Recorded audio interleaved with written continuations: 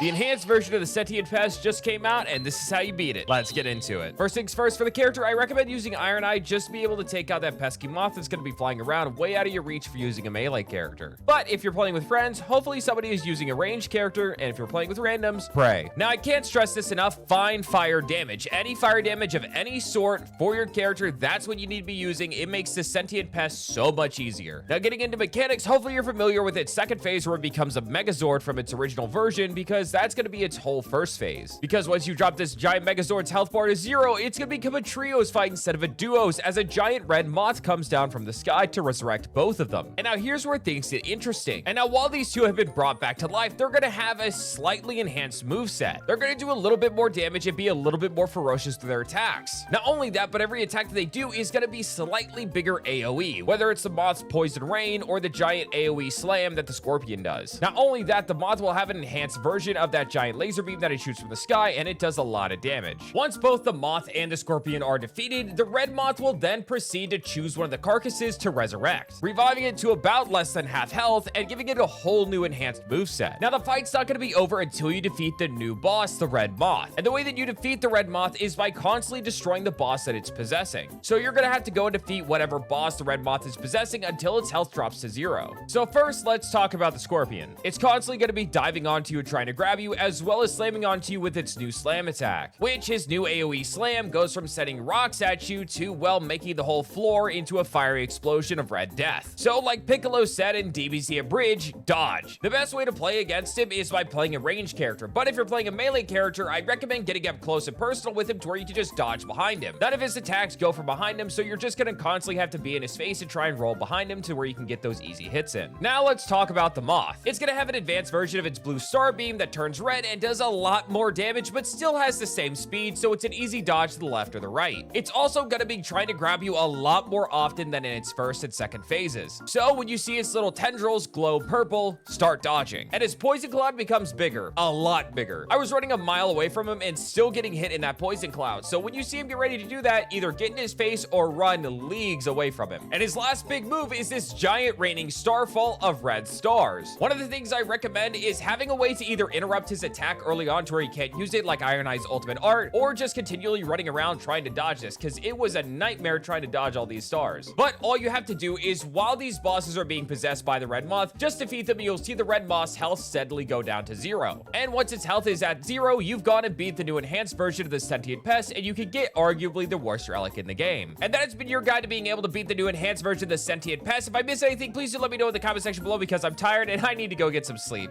Peace.